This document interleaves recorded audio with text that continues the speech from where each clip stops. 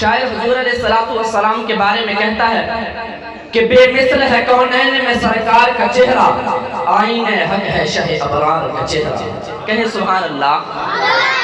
بے مثل ہے کونین میں سرکار کا چہرہ، آئینِ حق ہے شہ ابرار کا چہرہ۔ دیکھے تو دعا مانگے یہی یوسف کے نان، تبتا رہوں خالق تیرے شاہکار کا چہرہ۔ اے مطلب پھول بہاروں کے پیمبر، کھلتا ہے تیرے نام سے گلزار کا چہرہ۔ خورشید حلیمہ تیری مشتاق ہے آنکھیں، بھاتا نہیں اب ماہ ضیابار کا چہرہ۔ دوران صفات و سکون بخش دلا سے، بے فکر ندامت ہے گناہگار کا چہرہ۔ چہرے پہ میرے من تو ذرا خاک مدینہ، ہو جائے گا اچھا ابھی بیمار کا چہرہ۔ محبوب کی سنت کا رہا اس پہ جو حاضہ، نکھرے کرنے کے سیرت و کردار کا چہرہ۔ خود عرش کرے فرش پہ آنے کی تمنا، خود عرش کرے فرش پہ آنے کی تمنا۔ گھر دیکھ لے وہ آپ کے دربار کا چہرہ۔ مجرم کو کہا جائے گا تجھ کو امان ہے، غمناک ہے تیرے لیے غمخوار کا چہرہ۔ دھندلاؤں گا میں نہ کبھی کرتے جہاں سے، دھندلاؤں گا میں نہ کبھی کرتے جہاں سے۔ نعتوں سے سجا رکھا ہے اشعار کا چہرہ۔ پوچھا جو یہ سائل نے کہ کیا چیز ہے احسن، صدیق نے برجستہ کہا میرے جان کا چہرہ۔ سامعین محترم، اب میں آپ حضرات کے سامنے دعوت خطاب دے رہا ہوں۔ مقرر شعلہ بیان، منفرد انداز، منفرد آواز کے مالک، خطیب نکتہ دان، ہمارے آج کے اس محفل کے خصوصی مہمان حضرت مولانا مفتی شبیر احمد عثمانی صاحب۔ ان سے میں ملتمس ہوں کہ وہ مائک پر تشریف لائیں اور اپنے خیالات کا اظہار فرمائیں۔ حضرت مولانا مفتی شبیر احمد عثمانی صاحب۔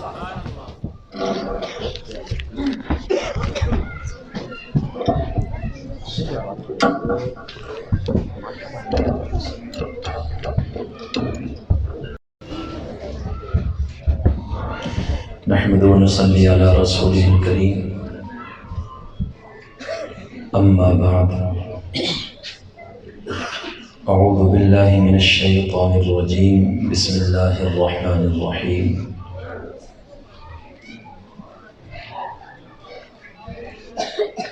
لقد من الله على المؤمنين إذ بعث فيهم رسولا من أنفسهم يتلو عليهم آياته ويزكيهم ويعلمهم الكتاب والحكمة وإن كانوا من قبل لفي ضلال مبين۔ صدق الله العظيم۔ درود پڑھ لیجیے۔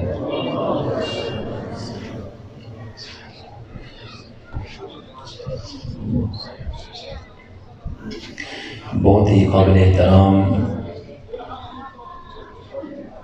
عزت مآب، ذی احتشام علماء کرام، قرآن عظام، برادران اسلام،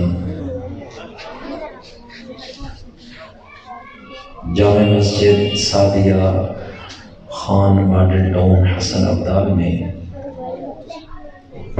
آج 19 اکتوبر سن 2023 کو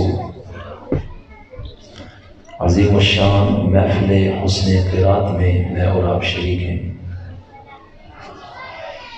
مجھ سے قبل صاحبزادہ حضرت مولانا قاسم حقانی صاحب جرأت ایمانی کے ساتھ حق گوئی کا مظاہرہ کر چکے ہیں۔ برادر مکرم حضرت مولانا مفتی خالد محمود قریشی صاحب کی دعوت پر اس خوبصورت تقریب میں آپ کے سامنے حاضری کی توفیق ہو رہی ہے۔ اسٹیج پر بڑے پرنور اور بارونق چہرے علماء کرام کے آپ کے سامنے۔ میری دعا ہے کہ اللہ تعالیٰ اس مجلس کی برکتیں ہم سب کو نصیب فرمائے، اور اللہ تعالیٰ اس مجلس میں ہمیں قرآن سننے کی اور قرآن کو سمجھنے کی توفیق عطا فرمائے۔ اچھا کو آمین۔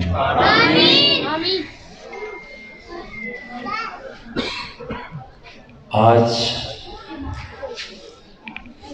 آپ کے سامنے مصر کے قراء یا افریقہ کے قراء تشریف لائیں گے، خالصتاً قرآن کریم سنانے کے لیے۔ قرآن کریم سنانا یہ نبی کریم صلی اللہ علیہ وسلم کی سنت ہے، اور قرآن کو ادب سے سننا یہ صحابہ کرام کی سنت ہے۔ وہ اپنا فریضہ ادا کریں گے اور آپ نے اپنا فریضہ صحیح طریقے سے ادا کرنا ہے۔ مقاصد نبوت میں سے ایک اہم ترین مقصد اول قرآن سنانا ہے، قرآن پڑھانا ہے، قرآن کریم لوگوں تک پہنچانا ہے۔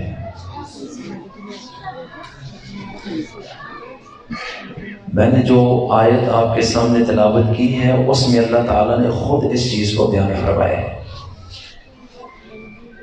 پارہ نمبر 4 سورہ آل عمران کی آیت نمبر 164 ہے۔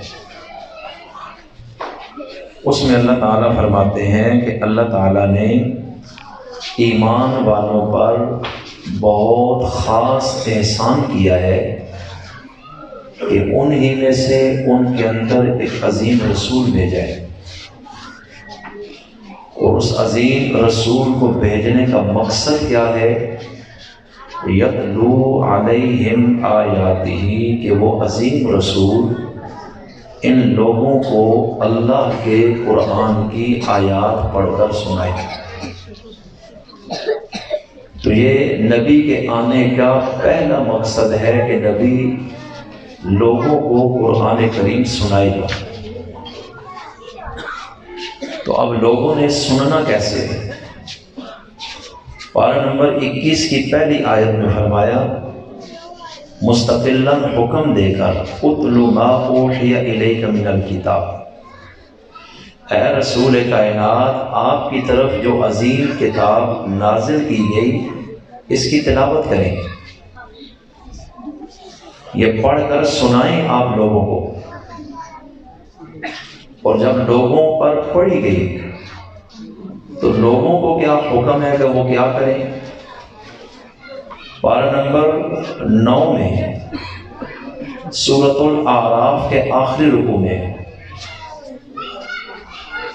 وَإِذَا قُرِئَ الْقُرْآنُ فَاسْتَمِعُوا لَهُ وَأَنصِتُوا، کہ جب بھی قرآن پڑھا جائے، جب بھی قرآن کریم پڑھا جائے، تلاوت اس کی جائے، قرات کی جائے، فَاسْتَمِعُوا لَهُ وَأَنصِتُوا، تو تم لوگ دو کام کرو گے۔ پہلا یہ کہ اس مجلس میں شور نہیں کرنا، خاموشی کرنی۔ یہ قرآن کریم کا ادب ہے جو لازم ہے کہ اس مجلس میں آپس میں گپ شپ ختم کر دو، پورا دھیان اس تلاوت کی طرف ہو۔ فَاسْتَمِعُوا لَهُ، اور دوسرا کام یہ ہے کہ اس تلاوت کو دھیان سے سنو۔ عربی زبان میں سننے کے لیے دو لفظ استعمال ہوتے ہیں، ایک ہے سماع، ایک ہے استماع۔ سماع کا مطلب ہے سننا، چاہے غور سے سنو، دھیان سے سنو، بے دھیانی میں سنو، جیسے بھی سن لیے، سماع ہو گیا۔ ایک ہے استماع، باقاعدہ توجہ سے، دھیان سے، ارادے کے ساتھ سننا، ارادہ رکھ کر توجہ اور دھیان دے کر سننا۔ حضرت ہوتے ہو نا تو سمجھی گل صحیح توجہ نال نہیں سنی نا، ہوتے ہو۔ جزاکم اللہ۔ قاری واجد صاحب ہیں، بہت اچھے انسان ہیں، جوڑی راجگان سے آئے ہیں، اللہ تعالیٰ ان کی عمر میں برکت عطا فرمائے۔ وہ کنجوسو اچھی آمین آپ کو۔ تو کیا فرمایا؟ جب قرآن کریم پڑھا جائے تو تم نے کتنے کام کرنے؟ اچھا بولو۔ پہلا کام جو اس آیت میں بعد میں بیان کیا گیا، میں اس کو پہلے بیان کر رہا ہوں کہ خاموشی اختیار کرو، اس لیے کہ قرآن پڑھا جا رہا ہے، اور قرآن کس کا کلام ہے؟ اور آہستہ بولو، تھوڑا جو اور آہستہ۔ میں اگر آکھاں تسی پٹھا سننے ہو تو بالکل میں سچا ہو سا، کیوں سیدھی گل تو سمجھ نہیں پی آنی۔ جب بھی قرآن پڑھا جائے تو تم نے کتنے کام کرنے؟ پہلی چیز کہ خاموشی، انصات، یہ امر کا صیغہ ہے جو حکم کے لحاظ سے واجب ہے کہ یہ چپ رہنا تمہارے اختیار میں نہیں کہ چپ رہو یا نہ رہو خیر ہے، چپ رہنا لازم ہے، یہ اللہ کا حکم ہے کہ اگر تم آپس میں گپ شپ کرو گے، دھیان آگے پیچھے کرو گے، یہ قرآن کی بے ادبی ہے۔ اس لیے کہ پڑھنے والی زبان تو انسان کی ہے، لیکن زبان پر جو کلام چل رہا ہے وہ کس کا ہے؟ تو جب اللہ کی بات آ جائے تو بندے آپس میں کنیکشن ختم کر دیں، اس لیے کہ اللہ کی عظمت اور کبریائی اگر دلوں میں ہے تو پھر دھیان ادھر ہوگا اور خاموشی بھی۔ فرمایا جب بھی قرآن کریم پڑھا جائے تو خاموش رہو، یہ ادب با ادب ہونے کی دلیل ہے۔ فَاسْتَمِعُوا لَهُ، اور جو پڑھا جا رہا ہے اس پر توجہ کرو اور دھیان کرو۔ یا اللہ پڑھنے والا تو پڑھے گا اور سننے والے دھیان سے بھی سن لیں اور خاموش بھی رہیں، آپس میں گپیں بھی نہ لگائیں، پوری توجہ قرآن کو دے دیں، تو پھر کیا ہوگا؟ اللہ فرماتا ہے لعلکم ترحمون، ادب سے توجہ سے سننا تمہارا کام ہے، اور اس قرآن کے اس ادب اور استماع کے نتیجے میں تم پر رحمت کی بارش برسانا مجھ خدا کا کام ہوگا، تب جا کر قرآن کی بارش اور برکت تمہارے اوپر ہوگی۔ آج معاشرہ قرآن کریم سے کٹ چکا ہے، غور کیجئے گا میری بات پہ۔ مجموعی طور پر ہمیں قرآن کی سمجھ کوئی نہیں، یہ ہمیں ورثے میں ملا ہے، بس اس لیے ہم اس کو مانتے ہیں، لیکن قرآن کہہ کیا رہا ہے یہ ہمیں پتہ کوئی نہیں، نہ ہمیں عربی کا پتہ ہے، نہ ترجمے کا پتہ ہے، نہ تشریح آتی ہے، نہ کسی آیت کا ہمیں پتہ ہے۔ ہم جاہل پیدا ہوئے اور جاہل ہی مر جاتے ہیں، بس زبان سے ایک نعرہ ہے کہ ہم قرآن کو مانتے ہیں، قرآن کہتا کیا ہے یہ ہمیں پتہ کوئی نہیں۔ اللہ تعالیٰ نے سورہ نحل میں فرمایا کہ جب تم پیدا ہوئے تھے لا تعلمون شیئا، تو تم کچھ بھی نہیں جانتے تھے، بے علم آئے تھے دنیا میں، اور ہم نے اس دنیا میں تمہیں لانے کے بعد علم کے ذرائع جن کے ذریعے دیکھ اور سن کر تمہیں علم آئے گا وہ بھی تمہیں پیدائش کے ساتھ دیے، دیکھنا سننا وغیرہ، اور علم بھی تمہیں دیا قرآن کی شکل میں، اور اب تم نے کیا کرنا ہے کہ ان کانوں کو استعمال کرتے ہوئے دھیان سے سننے، آنکھوں سے دیکھنے، عقل سے غور کرنے کہ ہم کہتے کیا ہیں۔ جب تم ڈوب کر قرآن کو سنو گے تمہاری زندگی میں انقلاب پیدا ہو جائے گا، یہ کتاب اپنا اثر تمہارے جسموں پر چھوڑے گی۔ کیسے سننے؟ جس طرح حبشہ کے بادشاہ نجاشی نے قرآن کریم سنا تھا۔ پارہ نمبر 7 کی پہلی آیت میں وَإِذَا سَمِعُوا مَا أُنزِلَ إِلَى الرَّسُولِ تَرَىٰ أَعْيُنَهُمْ تَفِيضُ مِنَ الدَّمْعِ مِمَّا عَرَفُوا مِنَ الْحَقِّ يَقُولُونَ رَبَّنَا آمَنَّا فَاكْتُبْنَا مَعَ الشَّاهِدِينَ، کہ جب انہوں نے اس کلام کو سنا جو کائنات کے عظیم رسول کی طرف اتارا گیا، اور کائنات کے سب سے بڑے رسول میرے اور آپ کے رسول ہیں، اور ہمارے رسول پر جو اللہ کا کلام اتارا گیا اس کا نام کیا ہے؟ زور سے بتائیے، اونچا بولو۔ تو اللہ کہہ رہے ہیں کہ جب انہوں نے، جو جماعت حبشہ میں تھی بادشاہ کے دربار میں کرسچنوں کی، انہوں نے صحابی رسول کی زبان سے قرآن سنا، تَرَىٰ أَعْيُنَهُمْ تَفِيضُ مِنَ الدَّمْعِ مِمَّا عَرَفُوا مِنَ الْحَقِّ، اگر تو وہاں موجود ہوتا تو دیکھتا ان کے چہروں کو کہ ان کے آنسو برسنے لگے، قرآن کو غور سے سننے کے بعد حق کو پہچان گئے کہ ہم غلط ہیں اور قرآن جو بتا رہا ہے وہ صحیح ہے، اس وجہ سے وہ رونے لگے اور حق کی معرفت اور پہچان انہیں حاصل ہو گئی۔ پہلے وہ غیر مسلم تھے، اللہ کہتے ہیں قرآن کو دھیان سے سنا تو کہنے لگے ربنا آمنا، اے اللہ اس قرآن کی نسبت اور بدولت اب ہم نے ایمان قبول کر لیا ہے۔ زور سے کہو سبحان اللہ۔ دھیان سے نہ سنتے، توجہ نہ دیتے تو کچھ پتہ نہ چلتا، جب دھیان دیا تو کفر نکلا، ایمان آ گیا، شرک نکلا، توحید آ گئی۔ اسی طرح 1.25 لاکھ کے قریب اصحاب رسول نے قرآن کریم ایسے ہی سنا ہے جس طرح رب کریم نے فرمایا ہے کہ جب پڑھا جا رہا ہو، پڑھنے والا کون ہے؟ کوئی بھی ہو، چاہے وہ پیغمبر ہے، غیر پیغمبر ہے، امام ہے، مقتدی ہے، عام مجلس میں کوئی پڑھ رہا ہے یا کوئی بڑا قاری ہے، عرب کا ہے یا عجم کا، اس دور کا ہے یا قیامت تک، فرمایا ایزا جب بھی، اس کی کوئی قید نہیں کہ نبی خود پڑھے تو دھیان سے سنو، پڑھنے والا قاری کوئی بھی ہے، جب بھی قرآن پڑھا جائے تو خاموش بھی رہو اور ادب اور دھیان سے سنو۔ اور یہ مقولہ مشہور ہے، با ادب با نصیب، بے ادب بے نصیب، کہ بے ادب کو تو ملتا کچھ نہیں، اس کو کچھ بھی حاصل نہیں ہوتا۔ اب غور کیجئے گا، اللہ نے میرے نبی کو بھیجا، فرمایا 4 کام آپ نے کرنے، میں نے آپ کو اس لیے نبی بنایا ہے، جن میں سے پہلا کام یتلو علیہم آیاتی ہی، کہ آپ اپنی زندگی میں ان لوگوں کو قرآن پڑھ کر سنائیں۔ زبان آپ کی ہے، الفاظ ہمارے ہیں، آواز آپ کی ہے، کلام ہمارا ہے، اور آپ نے یہ فریضہ ادا کرنا ہے۔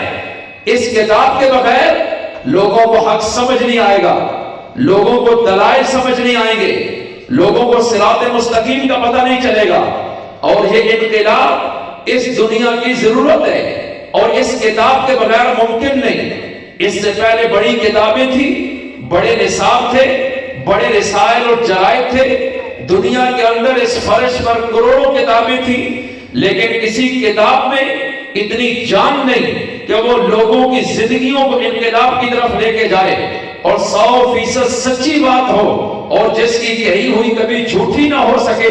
فرمایا اس معیار پر اور میزان پر یہی کتاب ہے، اس لیے کہ یہ سچے رب کی سچی کتاب ہے، اور جس طرح اللہ تبدیلی سے پاک ہے، اس کا کلام بھی تبدیلی سے پاک ہے، اور آپ نے یہ کتاب لے کر مکہ، مدینہ اور عرب میں جانا ہے، جہاں تک آپ کو طاقت ملے وہاں تک پہنچنا ہے، اور آپ نے یہ سنانی ہے، اور سب لوگوں کو کہہ دیا کہ آپ نے ان 2 شرطوں کے ساتھ سننا ہے تو رحمت کا دروازہ کھلے گا، اور اگر قرآن کی یا صاحب قرآن کی بے ادبی کی تو پھر ہم اپنی رحمت کا دروازہ کبھی نہیں کھولیں گے، چاہے تم کچھ بھی ہو۔ اب غور کیجئے، جب نبی پڑھتے رہے، جن خوش نصیبوں نے ادب سے سنا، توجہ سے سنا، دھیان سے سنا، تدبر کیا، غور کیا، فکر کی ہے، ان کے دلوں میں اللہ نے توحید کے بوٹے لگا دیے، ان کے دماغوں میں اللہ نے عشق رسالت کے بیج ڈال دیے، ان کی زندگیوں میں جرأت اور غیرت پیدا ہو گئی، ان کے اندر سے دنیا کی محبت کو اٹھا کر باہر پھینک دیا، ان کے اندر ایک نیا انسان آ گیا جس میں رحم بھی تھا، جس میں حیا بھی تھا، جس میں حق گوئی بھی تھی، جس میں استقامت بھی تھی، جس میں جرأت بھی تھی اور خوف خدا بھی تھا، اور جس میں مخلوق کی خیر خواہی بھی تھی۔ جو قرآن کہتا رہا وہ سب کچھ ان کے دلوں میں جاتا رہا، اس لیے کہ دھیان سے سنا، دل نرم ہوئے، دل کی زمین زرخیز ہو گئی، قرآن کی آیات بارش بن کر پانی کی شکل میں دل کی زمین پر گئی، اور وہاں سے پھر وہ کمال کے پھول ہو گئے کہ دنیا نے جن کا رنگ دیکھا، اور پھر ان کی زندگیوں میں صداقت کے پھول نکلے، عدالت کے پھول نکلے، حیا کے پھول نکلے، استقلال کے پھول نکلے، جرأت کے پھول نکلے، شجاعت کے پھول نکلے، سخاوت کے پھول نکلے، ایمان اور اسلام کے پھول نکلے۔ ارے پھر وہ ایسے بنے کہ دنیا دیکھتی چلی گئی، دن بدن انقلاب ہے، تبدیلی ہے، اور ایک ایسی جماعت تیار ہو گئی کہ جو پاک بنتے چلے چلے گئے، اندر سے لے کے باہر تک، دماغ سے لے کے پاؤں کی انگلیوں تک، ان کے پیدائش سے موت تک آنے والی نسلیں بھی اتنی پاکیزہ ہو گئی، نہ ان کی نظر سے کسی کو نقصان ہے، نہ ان کے ہاتھوں سے کسی کی عزت کو نقصان، نہ ان کی سوچ سے کسی کے مال کو نقصان۔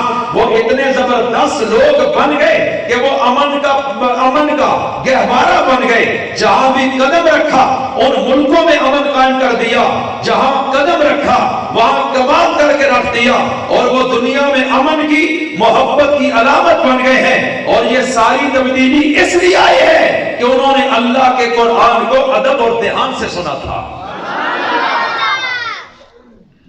اللہ کہتا ہے یہ سارا انقلاب آیا ہے قرآن کو توجہ سے سننے کی برکت سے۔ تو آج توجہ سے سنو گے یا ایسے ہی بار بار سے ٹرخانا ہے؟ ذرا غور کرنا ہے کہ قاری صاحب پڑھتے کیا ہیں۔ کئی لوگ صرف اس کا سٹائل چیک کرتے ہیں، آوازیں دائیں بائیں میوزک میں لگے رہتے ہیں۔ آیات میں غور کرو۔ پارہ 26 سورہ محمد میں اللہ فرماتا ہے افلا یتدبرون القرآن ام علی قلوب اقفالها، کہ یہ لوگ قرآن میں غور و فکر کیوں نہیں کرتے؟ ان کے دلوں پر تالے لگے ہوئے ہیں کہ اندر کوئی چیز جا نہیں سکتی۔ لہم قلوب لا یفقہون بها، اللہ کہتے ہیں ان کے دل ایسے ہیں کہ جو سمجھ نہیں سکتے۔ وَلَهُمْ أَعْيُنٌ لَا يُبْصِرُونَ بِهَا، ان کی آنکھیں ایسی ہیں جن سے حق کو دیکھ نہیں سکتے۔ وَلَهُمْ آذَانٌ لَا يَسْمَعُونَ بِهَا، ان کے کان ایسے ہیں کہ جس سے یہ حق کو سن نہیں سکتے۔ یہ سنے کو انسنا کر دیتے ہیں، دیکھے کو اندیکھا کر دیتے ہیں، سمجھنے والی چیز کو انسمجھ کر دیتے ہیں۔ تو گویا کہ اس دل، دماغ اور سماعت اور بصارت کا فائدہ تو کوئی نہ ہوا۔ ہم نے تو یہ اس لیے سارا کچھ دیا کہ دنیا میں جا کے دیکھو اور دھیان سے غور کرو اور ڈوب کر اور سنو اور بڑی توجہ سے، تاکہ جو خرابیاں ہیں وہ تم پہ واضح ہو جائیں کہ ہماری یہ مشین جو انسانی ہے اس میں خرابی کہاں سے آئی؟ تکبر سے، حسد سے، کینے سے، بغض سے، حب جاہ سے، حب مال سے، شرک سے، مخلوق کے خوف سے، لالچ سے، غصے کی زیادتی سے۔ یہ وہ چیزیں ہیں جو یہ ڈھانچے کو برباد کر چکی ہے۔ یہ شیطان کا پجاری بن چکا ہے، یہ حق کے مقابلے میں آ چکا ہے، اور قرآن اتارنے والا اس مشین کا خالق ہے۔ وہ بہتر سمجھتا ہے کہ یہ خرابی کہاں کہاں سے ہوتی ہے اور اس کا علاج کیا ہے، اس لیے وہ نسخہ شفا اتار رہا ہے۔ پارہ 15 میں ہے وَنُنَزِّلُ مِنَ الْقُرْآنِ مَا هُوَ شِفَاءٌ وَرَحْمَةٌ لِّلْمُؤْمِنِينَ، یہ جو قرآن میں ہم نے اتارا ہے یہ سینوں کی بیماریوں کے لیے شفا ہے، ایمان والوں کے لیے رحمت ہے۔ اس لیے بھائیوں عرض اتنا کرنا چاہتا ہوں، یہ قرآن وہ کتاب ہے جو روحانی امراض سے شفا کا نسخہ ہے۔ اب وہ بیماریاں جنہوں نے روح کو برباد کیا ہے اور انسان یہاں آنے کے بعد درندہ بن گیا ہے، اس کو دوبارہ اگر انسان کوئی کتاب بنا سکتی ہے وہ صرف قرآن ہے، لیکن اس کو سننا دھیان سے ہے تاکہ اپنی بیماری پتہ چلے اور نسخہ شفا کیا ہے اس کو سمجھ آ سکے۔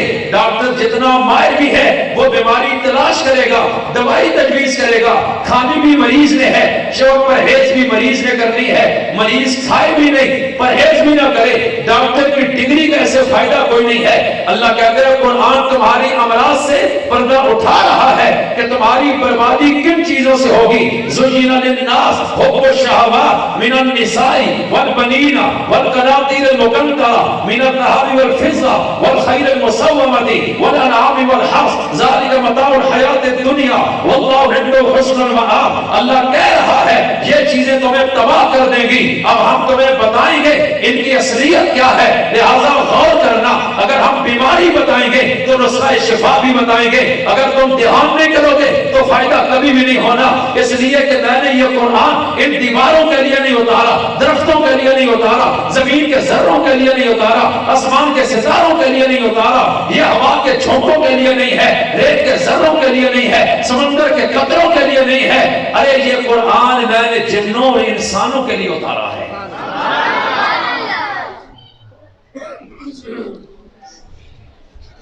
میری بات سمجھ آئی، اگلی بھی چلی گئی؟ پتہ تھا میں نہیں ہے، میں تقریر کے کرنی تھا کہ بسا چھوڑیا نہیں۔ حضرت ٹھیک ہو؟ جزاکم اللہ، مفت میں نا، توجہ میری طرف۔ او بھائی سمجھ آ رہی ہے یا اگلی بھی جا رہی ہے؟ اب یہ دیکھیں یہ قرآن کے خادم ساری زندگی حسن ابدال میں قرآن پڑھا رہے ہیں۔ جانتے ہیں قاری صاحب کو؟ بولو نا پاکستان کی کرکٹ ٹیم نا آج کل کون ہے وڈا جی کیا ناس ہوں جان بوجھ کے چپ کیتے ہو نا قرآن پاک نے جڑے این نا کہ وہ ساہنن کپتان انہیں نہیں جاننے ہو چھکے چوکے والے سے آنے ہو صرف اللہ تعالیٰ ہمیں ان کی قدر کی توفیق عطا فرمائے ذرا جی آہستہ آنکھو آمین سردی نہ لگ جلے تو سنی آواز آج قاری صاحبان آئیں گے تو قرآن دھیان سے سننے لیکن اس سے پہلے ایک چیز پھر سمجھ آتی ہے کہ دھیان سے تب سنو گے نا جب کچھ پتہ چلے گا قرآن کہتا کیا ہے اور اس کے لیے پھر ضروری ہے کہ ذرا قرآن کو وقت دیں اور ترجمے سے بھی واقفیت کریں یہ اردو میں جو علماء نے قرآن کے ترجمے اور مختصر تفسیریں یہ آپ کے لیے لکھی ہیں یہ تو نہیں کہ صرف مولویوں نہیں پڑھنی ہے وہ تو پڑھ کے آتے ہیں مدرسوں سے مولانا تقی عثمانی صاحب نے آسان ترجمہ قرآن لکھا ہے اتنا آسان تو دنیا میں کوئی نہیں ہے اردو میں آج کے محاورے میں ہے پرانے دور کا لفظ ہی کوئی نہیں ہے اور آج وہ ہر جگہ ہے آپ کے موبائل میں ڈاؤن لوڈ ہوتا ہے ابھی کریں ہو جائے گا آپ کے پاس پیسے نہیں تو بازار سے نہ لیں باوضو سکرین پہ اس کو روز پڑھیں ایک رکوع ترجمے کا پڑھ لیں مختصر تفسیر ہے 15 منٹ نہیں لگیں گے اور اس طرح اگر کریں تو 2 سال میں پورا قرآن کریم آپ کی نظر سے گزر جائے گا اتنا تو پتہ چلے گا نا کہ اللہ کہتا کیا ہے عربی ڈائریکٹ نہیں آتی تو علماء نے تو کام آسان کر دیے یہ علماء نہ ہوتے تو ڈائریکٹ عربی زبان سیکھنا پھر آپ کے لیے ضروری ہوتا لیکن انہوں نے آپ کی وہ مشکل بھی ختم کر دی پھر بھی لوگ علماء کو گالیاں دیتے ہیں یہ نہ ہوتے تو آپ اردو دان کیسے قرآن کو سمجھتے دنیا کی ہر زبان میں قرآن کا ترجمہ ہے جو قاری صاحبان پڑھیں گے تو وہ تو عرب ہیں وہ تو ڈائریکٹ سمجھتے ہیں وہ تو اس حساب سے پڑھتے ہیں کہ ہم کیا کہہ رہے ہیں لیکن سننے والا ہی جاہل ہے تو اس بیچارے کے سامنے جتنا مرضی پڑھو حاصل کیا ہوگا اب اس لیے میں عرض کرتا ہوں قرآن کریم کو وقت دیں زندگی مختصر ہے موت قریب ہے مر جانا ہے واپس کبھی نہیں آنا اس کتاب کا رب نے پوچھنا ہے مجھے زور سے بتاؤ قرآن سچا ہے یا جھوٹا ہے جن کا عقیدہ ہے وہ ہاتھ کھڑا کریں تو پھر علماء سے پوچھیں یہ آیت قرآن میں نہیں ہے جو میں پڑھنے لگا ہوں وقال الرسول یا رب ان قومی اتخذوا هذا القرآن مہجورا کہ قیامت میں میرے اور آپ کے رسول کھڑے ہوں گے اللہ کی بارگاہ میں کہیں گے یہ میری قوم ہے جنہوں نے قرآن کو پس پش ڈال دیا تھا انہوں نے چھوڑ دیا تھا سمجھنا اور اپنی زندگیوں سے بھی نکال دیا تھا آج میں نبی ان کے خلاف استغاثہ کرتا ہوں ان کو پکڑ اس لیے کہ میں نے ساری قربانیاں اس لیے دی کہ ان تک کتاب پہنچے اور یہ پڑھے اور سمجھیں اور تو نے اس کی حفاظت کا بندوبست بھی اس لیے کیا کہ آنے والی نسلوں تک یہ اصلی شکل میں موجود رہے اگر یہ بدل گئی تو ان کو ہدایت کہاں سے ملے گی اس لیے ربا کافروں کے بارے میں شکوہ بعد میں ہے ان کے متعلق پہلے بات کروں گا کہ انہوں نے بہت زیادتی کی ہے میری قربانیوں کو نظر انداز کیا ہے اس لیے آج ارادہ کرو انشاءاللہ قرآن کو ترجمے سے پڑھنے کے لیے روز وقت نکالیں گے انشاءاللہ طلباء بھی جوان بھی بوڑھے بھی مرد بھی عورتیں بھی اور آج دنیا کا میدان اس لائن سے خالی ہے کچھ باتیں میں جان بوجھ کے نہیں کر رہا یہ ایک اتنا بڑا میدان ہے دنیا میں محنت کا جس میں محنت نہیں ہو رہی ہے اس دور میں بھی قرآن واحد کتاب تھی جو معاشرے کو سمجھائی گئی معاشرہ کھائیوں سے نکل کے اونچائیوں کی طرف چلا گیا اس کے علاوہ سارے نصاب زیرو ہو گئے آج میں پوچھتا ہوں حسن ابدال میں کتنی مسجد ہیں آپ چیک کریں دیوبند بریلوی اہل حدیث جماعت اسلامی سب کلمہ گو مسلمان ہیں ہر مسجد میں نمازی کھڑے ہیں اور 10 نمازی بھی ایسے ہیں جو 5 وقت کے ہیں میں کہتا ہوں یہ تو معاشرے میں دیندار سمجھے جاتے ہیں باقی کوئی جمعہ پڑھتا ہے کوئی 4 نمازیں پڑھتا ہے لیکن ہر مسجد میں 10 نمازی تو کنفرم ہوں گے باقیوں کو چھوڑ دیں اگر 100 مسجد بھی ہے آپ 100 مسجد میں 10 نمازی 1000 نمازی تو سامنے ہے آپ ان کے سامنے قرآن پاک رکھیں یہ پیدائشی مسلمان ہے 40 سال سے 5 وقت کی نماز پڑھتے ہیں جمعہ پڑھتے ہیں تبلیغی جماعت کے ساتھ اٹھتے بیٹھتے ہیں تقریریں سنتے ہیں محفل حسن قرات میں آتے ہیں ان میں سے کوئی غیر مسلم سے اسلام میں نہیں آیا وہ لوگ تو غیر مسلم سے اسلام میں آئے تھے میں پوچھنا چاہتا ہوں یہ کتاب ہمارے لیے آئی ہے یہ کسی اور کے لیے تو نہیں ہے اب ان کے سامنے قرآن رکھیں آپ کھولیں کہیں سے اور ان کو کسی ایک لائن پر انگلی رکھیں کہ اپنی مرضی سے قرآن کا کوئی صفحہ کھولیں ایک لائن کا ترجمہ سنا دیں مجھے یقین ہے وہ نہیں سنا سکے گا گالیاں تو ابو جہل کو دیتے ہیں لیکن خود اس سے بڑے جاہل نکلے ہیں کہ ہم نے ساری زندگی اس کتاب کو سمجھنے کی کوشش نہیں کی ہے. آج مسجدیں بھی اس محنت سے خالی ہیں. ہم دائیں بائیں کی کتابیں اور تقریروں میں نعرے مارتے ہیں، لیکن جس کتاب نے قلوب کو بدلا ہے، نظروں کو بدلا ہے، عقیدوں کو بدلا ہے، علم کو بدلا ہے، عمل کو بدلا ہے، راستوں کو بدلا ہے، سوچوں کو بدلا ہے، شعور کو بدلا ہے، ادراک کو بدلا ہے، سیاست کو بدلا ہے، معاشرت کو بدلا ہے، تجارت کو بدلا ہے، زندگیوں کو بدلا ہے، انقلاب پیدا کیا ہے، ایک جماعت تیار کی ہے، دنیا میں مجاہد تیار کیے، علماء تیار کیے، تاجر تیار کیے، قاضی تیار کیے، حکمران تیار کیے، گورنر تیار کیے، قاری تیار کیے، علماء تیار کیے، مفتی تیار کیے ہیں. اس کتاب نے جو ایک زندہ کتاب تھی، آج وہ کتاب تو زندہ ہے لیکن معاشروں سے کٹ چکا ہے، عملی طور پہ کوئی تعلق نہیں ہے. نہ ہمیں ترجمہ آتا ہے، نہ تفسیر آتی ہے، نہ تشریح آتی ہے، نہ اولادوں کو اس طرف لگایا، اور ہم اسی طرح مر جائیں گے. تو بتاؤ قیامت میں رب کو کیا جواب دینا ہوگا؟ آج اسلامی انقلاب کی ہم باتیں کرتے ہیں، جماعتیں بنی ہیں، تنظیمیں بنی ہیں، تحریکیں بنی ہیں. ان جماعتوں کے کتنے کارکن ہیں جن کو قرآن سے واقفیت ہے، ان کی تربیت کی کوشش کی گئی ہے. اس لیے میں آج یہ اعلان کرنا چاہتا ہوں کہ امت کو جتنی پہلے اس کتاب کی ضرورت تھی اس سے زیادہ آج ضرورت ہے. اس لیے آج ارادہ کر لو کہ ہم انشاءاللہ اللہ کے قرآن کو سمجھنے کی کوشش کریں گے انشاءاللہ. اس کے بغیر اگر کوئی یہ کہے اسلامی انقلاب کا راہ ہموار ہوگا، میں اس بات کو تسلیم کرنے کے لیے تیار نہیں. اگر ایسے ہوتا تو حضور اسی وقت کر لیتے. اتنی تگ و دو اس کتاب کو سنانے کی، پڑھانے کی نہ کرتے، سکھانے کی نہ کرتے. اب توجہ کیجئے گا، عرض کیا کرتا ہوں. جب ان کو کہا کہ جب یہ پڑھے تو تم نے دھیان سے سننا ہے. جنہوں نے دھیان سے سنا ان کی زندگیوں میں ایمان آیا ہے، اخلاق آیا ہے، ادب آیا ہے، حسن تربیت ہوئی ہے. وہ باکمال بنتے گئے، اٹھتے چلے گئے، کھڑے ہو گئے، ترجیحات بدل گئی، ان کی لائنیں چینج ہو گئی. پہلے وہی لوگ تھے جو مال کی خاطر لڑتے اور مرتے تھے، آج وہ مال قربان کر رہے ہیں ایک نظریے کی خاطر کہ ہم ایک اللہ کے بغیر کسی کو رب تسلیم نہیں کرتے ہیں. اور بدماشوں نے کہا ہم مکان چھین لیں گے، انہوں نے کہا چھین لیجئے. انہوں نے کہا جائیدادیں قبضہ کر لیں گے، انہوں نے کہا کر لیجئے. انہوں نے کہا قبیلے تمہارے ہم چھین لیں گے، کہا چھین لیجئے. لیکن ہم اپنی جان اور اپنا ایمان بچانا چاہتے ہیں. پہلے ہمیں پتہ ہی نہیں تھا ایمان کیا ہوتا ہے، اسلام کیا ہوتا ہے، دین کیا ہوتا ہے، حق کیا ہوتا ہے. اس رسول نے یہ احسان کیا ہے کہ ہمیں ایک ایسی کتاب سمجھائی ہے کہ اب ہم وہی لوگ ہیں لیکن دل بدل گئے ہیں، عقیدہ بدل گیا ہے اور دل آخرت کی طرف چلا گیا ہے. دنیا چھوڑنے کو تیار ہے، یہ رشتے ختم کرنے کو تیار ہیں، یہ جان کٹانے کو تیار ہیں، ذبح ہونے کو تیار ہے، اور گلی میں گھسیٹا جائے یہ بھی منظور ہے. ہر قربانی دے جائیں گے. لیکن قرآن نے جو نظریہ ہمارے دلوں میں ڈال دیا ہے یہ گردن کاٹ سکتی ہے، اس نظریے کو کبھی ہم چھوڑ بھی نہیں سکتے ہیں. تو ان کے دلوں کو بدلنے والی کتاب کون سی تھی؟ اونچا بولو. ان کو انسان بنانے والی کتاب کون سی تھی؟ آج کتاب ہے اندر انسانیت کوئی نہیں. کتاب ہے بہنوں کا حق وراثت میں کھا رہے ہیں بڑا حاجی اور غازی. کتاب ہے لیکن بیوی کا حق مار کھا رہے. کتاب ہے مظلوم کی زمین پہ قبضہ کیے ہوئے.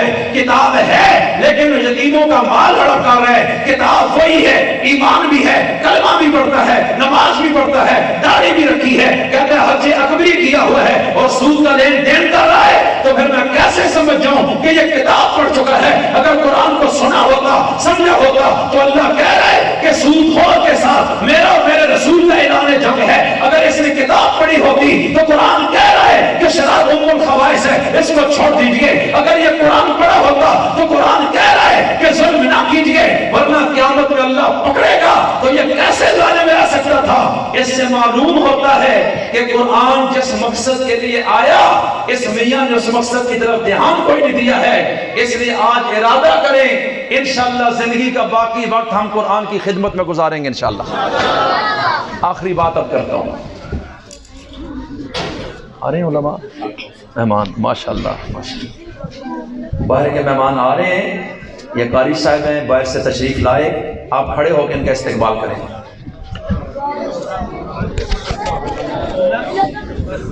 باقی زندگی رہی تو بات پھر کریں گے انشاءاللہ.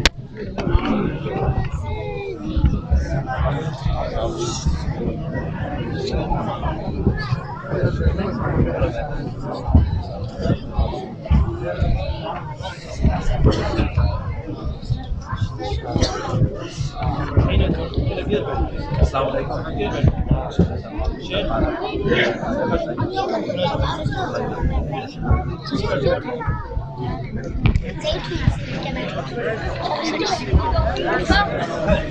بیٹھ جائیں.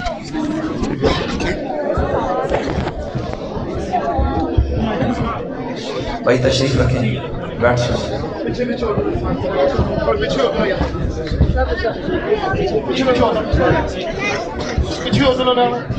اور نہیں ہونے تو آگے اسٹیج پہ